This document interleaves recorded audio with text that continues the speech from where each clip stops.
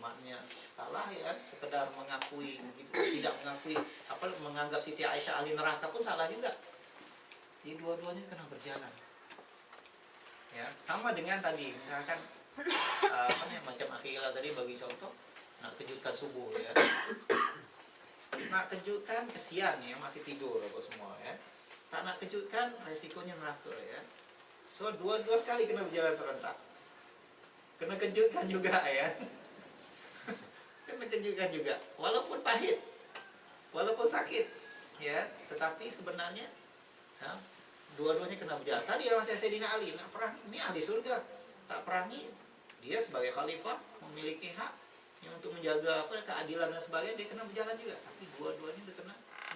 Nah ini kadang-kadang nih berlaku adil dan mengambil jalan itu yang kadang-kadang suka. Karena kadang-kadang kita akan berhadapan dengan konflik yang macam itu. Ya, kita akan berhadapan dengan konflik yang seperti itu. Tapi selagi tidak ada konflik, alhamdulillah, kita bersyukurlah ya, mudah-mudahan cinta kita ini tidak ada konflik. Mana cinta kita ini adalah cinta yang nikmat, cinta yang, tapi kadang-kadang Allah akan menguji kita juga, bahwasanya di sebalik cinta itu ada juga ini ya. Kemudian di antara sahabat-sahabat yang terbunuh adalah Talha ibn Ubaidillah, Zubair ibn Awam dalam peperangan ini, dalam peperangan Jamal. Ya. Dan ketika Sayyidina Ali menguburkan Talha dan Ubaidillah, Sayyidina Ali membaca ayat wa naza'na ma fi qulubihim min ghillin ikhwanan ala sururin mutaqabilin. Nah itu anda lupa loh, ayat berapa itu? Adalah sahabat-sahabat yang ingat. Ayat berapa tuh? Dalam surah berapa, ayat berapa? Nah, anda ingat ayatnya tapi anda lupa dia punya ini. Kata Sayyidina Ali, nanti di surga nih, kata Sayyidina Ali, kami akan hilangkan, kami akan cabut perasaan dengki kami satu sama lain, dan kami akan bersaudara, dan di surga kami akan berada di dalam. Jadi ketika Sayyidina menguburkan Talha itu, Sayyidina Ali baca macam itu, maknanya Talha itu masuk surga juga, dan aku pun berharap masuk surga juga. Kemudian Allah akan hilangkan perasaan negatif dahulu masa di dunia sampai membawa pada peperangan menjadi bersaudara. Tengok kefahaman dia, ya, walaupun ya terpaksa berperang juga, ya, tetapi sebenarnya di situ ada kasih sayang, ya, di situ ada ukhuwah, di situ ada cinta, tapi cinta yang konflik lah. Jadi tidak semestinya cinta ini baik aja tak ada konflik tak. Ketika kita nak kejutkan anak kita ya bangun subuh, di situ ada konflik. Kita tengok kesian ya kan, baru ini lagi ya, tapi kita paksa ini juga, dan kita benar-benar buat terus menerus. Ketika kita halang misalkan ya, anak kita daripada melakukan sesuatu yang tidak baik misalkan, di situ ada konflik, tapi kita tahu sebenarnya di sana ada sesuatu yang lebih besar. Jadi cintanya tidak semestinya manis saja, tidak ya, di sana juga ada.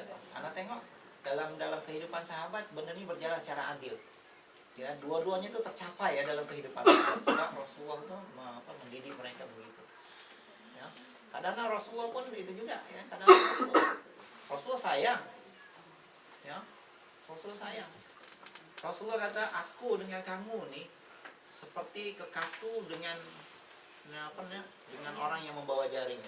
Kekatu tuh nak ini aja, nak masuk dalam api saja, tapi ada orang jangan. Nah, aku nih orang yang macam itu. Sebenarnya Rasulullah sayang, Allah pun sebenarnya sayangnya kita ya, di antara makna cinta kan sayang juga. So, tapi tidak semestinya manusia ini sayang pada Allah. Macam Hilal tadi katakan, kalau kita memberi pun tidak semestinya kita diberi ya, tidak semestinya dapat. Tapi kalau kita kaitkan dia dengan Allah pasti, insya Allah itu, insya Allah Allah pasti memberi ya, sebab janji Allah benar ya. Jadi kalau kita kaitkan lagi kepada tadi itu tiga peringkat cinta tadi, kalau kita dapat yang atas itu pun yang lain sebenarnya boleh selesai. Anak tengok dalam kehidupan sahabat nih, mereka berjalan di jalan yang adil ya, tidak melampau dan tidak cuai, betul-betul ya berjalan yang adil ya. Apalagi kalau kita tengok dalam Khulafaur Rasyidin dan sebagainya ya. So mungkin itu secara umum lah ya, kehidupan para sahabat secara umum. Wallahu a'lam.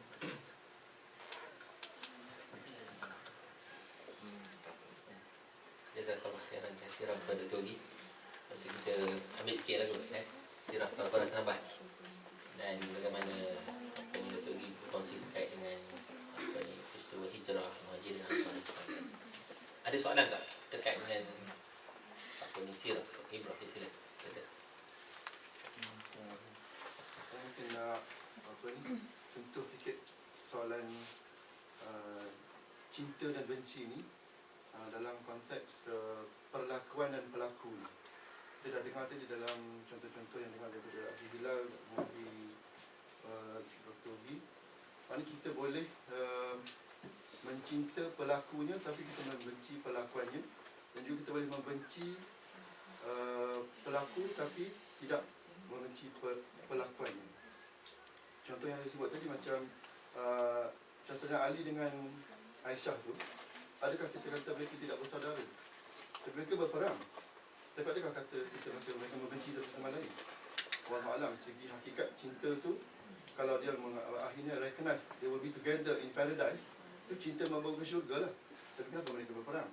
Jadi maknanya konsep cinta itu bukan kepada individu, tapi berperang tu ada terhadap perlakuan situasi macam tu.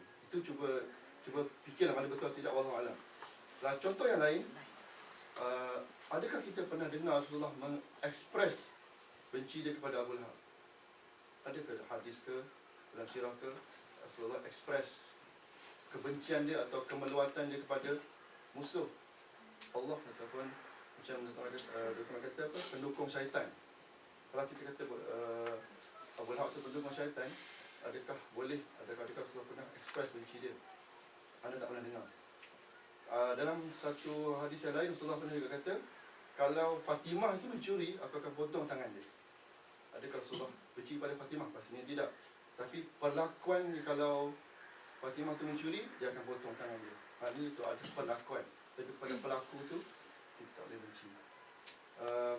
Dari segi aspek yang lebih luas, bagi kita setiap manusia yang hidup di dunia ini, selagi dia belum sampai maut dia adalah berpotensi untuk jadi baik, ataupun jadi orang Islam, ataupun jadi hamba Allah yang baik. Jadi sepatutnya kita tidak boleh benci kepada sesiapa pun, atau orang kafir pun, sebab mungkin 1 minit sebelum dia meninggal masuk Islam, atau terlebih lagi kalau sama Islam kan. Dalam example yang anda pernah dengar perbincangan ni masa dulu yang kecoh pasal isu sebatan pada peminum arak dan sebagainya itu. Okay, dia bagi senario tukang sebat atau tukang pancung tu adalah orang Islam. Yang kena sebat tu pun orang Islam.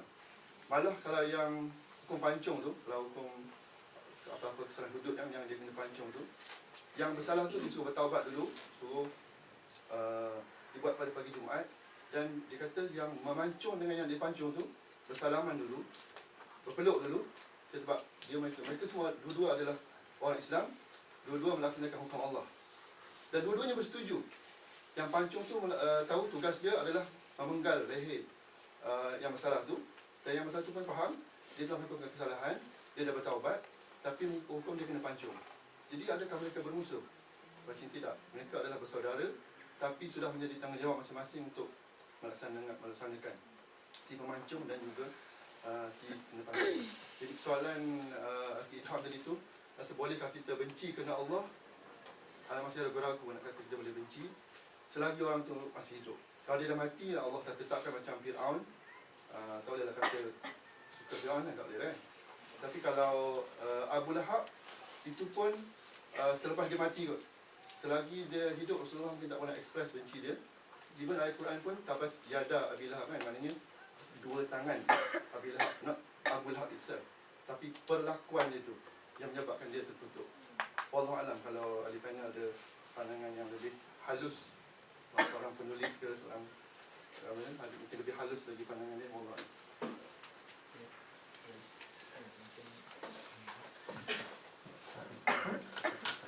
Ya, jadi selagi orang itu masih hidup, ya, kita kena memberi ruang, ya, kepada kepada rahmah Allah Subhanahu wa taala. Selagi orang itu masih hidup, ya, walaupun orang itu jahat macam mana sekalipun, ya, sebab ada hadis juga kan, ya, ada orang yang dia beramal dengan amalan ahli surga, ya kan.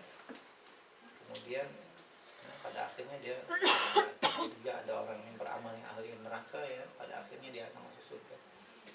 Yang pertamanya untuk kita lah, kalau kita merasa sekarang ahli surga, ya, kita minta husnul khotimah, mudah-mudahan Allah teruskan, ya, menjadi orang yang menjadi ahli surga.